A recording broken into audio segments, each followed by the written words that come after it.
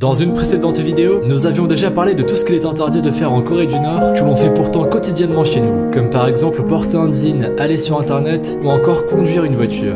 Mais les réglementations très strictes imposées par le gouvernement nord-coréen ne sont pas les seules choses étonnantes qu'il faut savoir sur la Corée du Nord. En effet, ce pays est vraiment très différent de ce que nous connaissons dans le reste du monde. Par exemple, il n'y a pas d'eau chaude dans les maisons et les années ne sont pas comptées comme chez nous. Dans cette vidéo, nous allons parler de tous ces faits étonnants à propos de la Corée du Nord. Mais avant ça, bonjour à tous, c'est Monsieur Faucon et on se retrouve pour voir 15 choses étonnantes à savoir à propos de la Corée du Nord.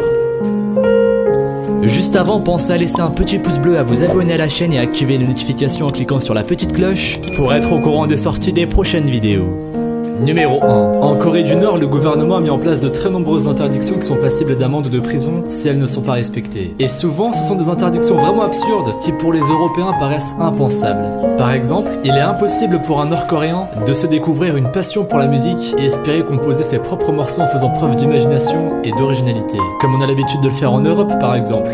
En effet, d'abord, il est interdit d'écouter de la musique occidentale, c'est-à-dire venant d'Europe ou d'Amérique par exemple. Et donc vous imaginez bien qu'il est également interdit d'en composer. C'est considéré comme un crime contre l'État.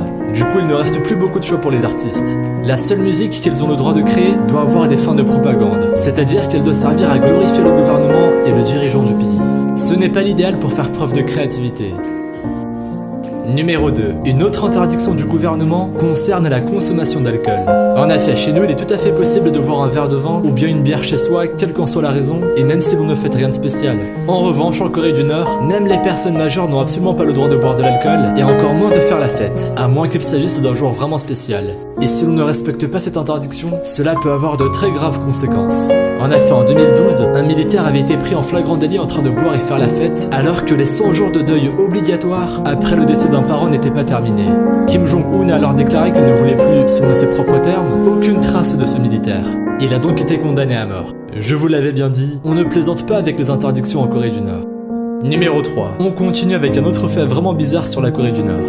Les touristes qui ont assez de courage et de volonté pour s'aventurer en Corée du Nord doivent eux aussi respecter certaines interdictions très absurdes. Par exemple, ils n'ont absolument pas le droit d'utiliser la monnaie de la Corée du Nord lorsqu'ils payent quelque chose dans un restaurant ou un magasin.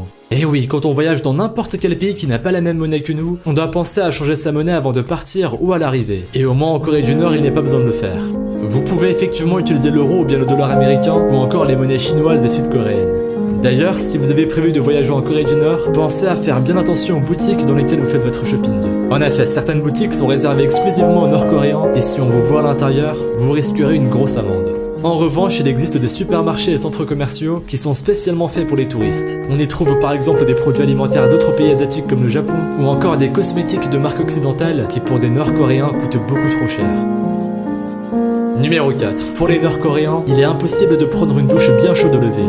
Et oui, les maisons nord-coréennes n'ont pas accès à l'eau chaude et du coup, elles n'ont même pas de douche. Pour se laver, les Nord-Coréens se rendent dans des bains publics, un peu comme à l'époque romaine. Aussi, qui dit pas d'eau chaude dit pas de chauffage. Et si les familles nord-coréennes ont froid l'hiver, elles sont obligées de se chauffer au bois.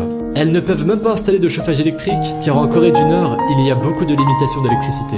Comme quoi, nous ne sommes vraiment pas à plaindre en Europe. La prochaine fois que vous prendrez une douche chaude dans votre propre salle de bain, vous penserez aux Nord-Coréens.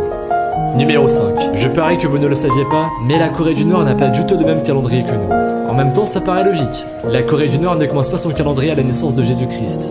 L'an premier correspond pour eux à la naissance de Kim Il-sung, ancien dirigeant du pays, qui est sur notre calendrier l'année 1912. Cette année est appelée l'an Juche. Du coup, alors que nous sommes en 2020, les Nord-Coréens sont en l'an 108. Numéro 6. Peut-être que cela non plus vous ne le saviez pas, mais les Nord-Coréens n'ont pas du tout le même système de classe sociale qu'en Europe. Tandis que chez nous les foyers sont classés en fonction de leurs revenus, chez les Nord-Coréens ce n'est pas le cas. En fait, les classes sociales chez eux sont découpées en fonction de la fidélité des foyers envers le gouvernement. Il y a au total 51 classes sociales différentes. Inutile de préciser que les classes les plus fidèles au gouvernement sont aussi les plus privilégiées. Numéro 7. Chez nous, posséder sa propre maison ou bien son propre appartement est l'objectif de beaucoup de personnes.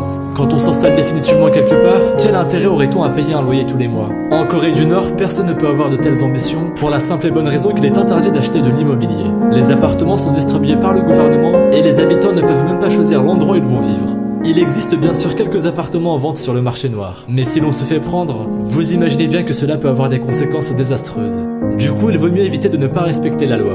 Les habitants préfèrent s'en tenir à l'appartement qui leur a été attribué par le régime. Numéro 8. Comme en France, les élections pour élire le dirigeant du pays ont lieu tous les 5 ans en Corée du Nord. Vous êtes peut-être étonné d'apprendre qu'il y a des élections, mais en fait, le dirigeant n'est pas vraiment choisi par la population, puisqu'il n'y a qu'un seul candidat qui se présente. C'est-à-dire sans habitants ni aucune activité. Cette ville fantôme est appelée Kyongdong, mais on la surnomme aussi Propaganda Village. Je suppose que vous comprenez pourquoi. Quoi qu'il en soit, le gouvernement a tout fait pour faire croire aux Sud-Coréens que cette ville est habitée et vivante. Par exemple, elle est fournie en électricité. On y trouve de nombreux bâtiments modernes avec des appartements qui donnent l'impression d'accueillir des familles, mais qui en réalité ne sont pas habités.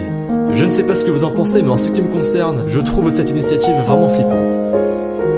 Numéro 13. La Corée du Nord est le pays du monde qui impose le plus long service militaire à ses habitants.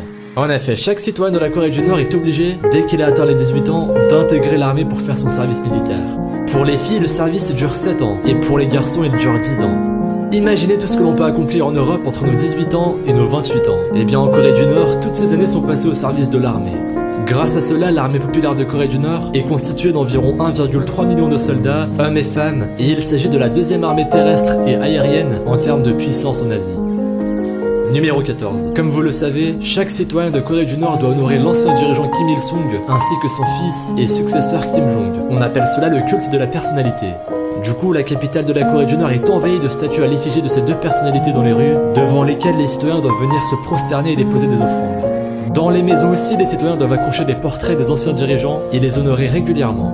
Mais ce que vous ne savez peut-être pas, c'est que chaque Nord-Coréen est obligé de porter tous les jours une broche de couleur rouge à l'effigie de Kim Il-sung ou son fils. Ceux qui oublient de le faire ou qui ne le font pas délibérément risquent d'être envoyés en camp de travail forcé. Numéro 15. Vous l'aurez compris, la Corée du Nord n'est pas vraiment un pays où l'on rêverait de s'établir. Et d'ailleurs, beaucoup de Nord-Coréens prennent la décision de quitter le pays pour la Corée du Sud, même si c'est très difficile. En revanche, très peu de personnes décident de quitter la Corée du Sud pour la Corée du Nord. Sur les 60 dernières années, 23 Nord-Coréens sont partis vivre en Corée du Sud, tandis que seulement 2 Sud-Coréens ont emménagé en Corée du Nord. C'est déjà très étonnant qu'il y en ait 2, mais ils doivent avoir leurs raisons. Peut-être qu'ils ont été attirés par la Propaganda Village.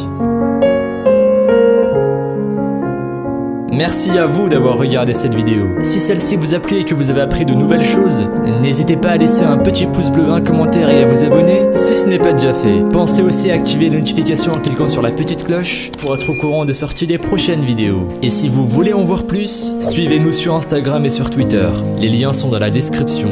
Vous pourrez y retrouver davantage sur des événements insolites ou bien même sur des phénomènes paranormaux. Bref, je vous dis à la prochaine pour une nouvelle vidéo. Salut à tous!